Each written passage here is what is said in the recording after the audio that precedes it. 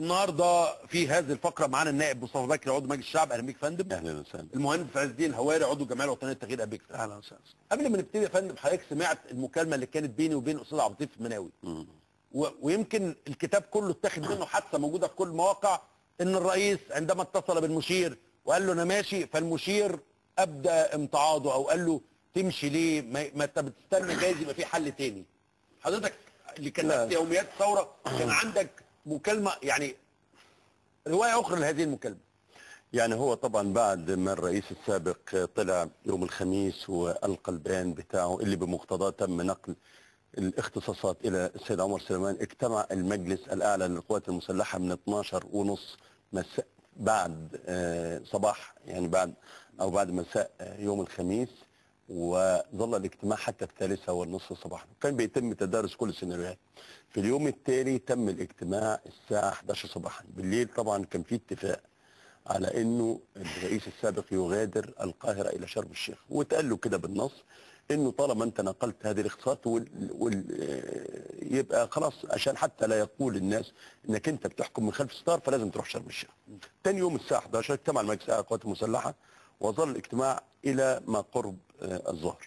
بعد صلاه الجمعه كان مبارك قد غادر القاهره في 12:30. اتعمل اجتماع رباعي، حضروا عمر سليمان، احمد شفيق، المشير طنطاوي، الفريق سامي عنان. اتعمل هذا الاجتماع في مقر وزاره الدفاع. الساعه 2:30 بالظبط اجتمعوا طبعا واتفقوا على انه الجماهير تزحف، ففوض السيد عمر سليمان بان يتصل بالرئيس السابق ويطلب منه التنحي. الساعه 2:30 بالظبط اتصل السيد عمر سليمان بالرئيس السابق ودار بينهم حوار. قال له يا فندم الحمد لله على السلامه، اهلا وسهلا، اخباركم ايه؟ قال له اخبار الناس زحفت على القصر الجمهوري والوضع صعب جدا. قال له ليه؟ هم يزحفوا ليه؟ ما انا مش نقلت اختصاصات. قال له افتح التلفزيون هتشوف كل حاجه قدامك، واحنا مش عارفين نتعامل ازاي. قال له البركه فيك، وانا مش نقلت لك كل اختصاصات؟ شيل بقى. قال له يا فندم لابد ان تتنحى عن الحكم حتى يهدأ المتظاهرون. فقال له اتنحى ازاي؟ ما انا نقلت كل الاختصاصات، خلوني اشكام شهر دول، انا ماليش دعوه باي حاجه. قال له هذا هو القرار اللي ببلغه باسم فلان وفلان وفلان اللي موجودين هنا. مجلس عسكري. طب لا، الاربعه اللي كانوا موجودين. فمبارك قال لهم طيب ابعتوا لي التلفزيون على شرم الشيخ اعمل بيان. فعمر سليمان قال له مفيش وقت، انا كتبت صيغه بيان متفق عليه اللي هي الصيغه دي واملاها له، وقال له انا اللي هقول البيان من هنا من القاهره، مفيش وقت نبعت لك كاميرات في شرم الشيخ، الدنيا متحصره تحت.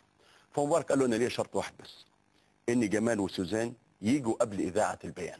وبالفعل ظل عمر سليمان يتفاوض مع سوزان اكثر من ساعتين وحاجه، وكانت رافضه انها تغادر، الى في النهايه اضطر جمال انه يجرجرها ويركبها.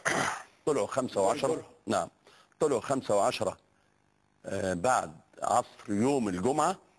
الساعه 6 كان اسماعيل عثمان خد الشريط من الساعه 4 وطلع على هناك الفيديو، وراح هناك وكلم عبد اللطيف المناوي. انا بقول هذه الروايه، ويمكنك ان تتصل الان هاتفيا باحمد شفيق وبعمر سليمان وباسماعيل عثمان، في امكانك. انما المكالمه اللي قال عليها عبد اللطيف المناوي اللي بين الرئيس وبين المشير لم يتحدث مع الرئيس، الذي تحدث هو عمر سليمان، وانا اقول روايه على السنه الذين كانوا طرفا في هذا الامر. واسال اي حد بالتليفون يعني. غريبه. ماشي، المهم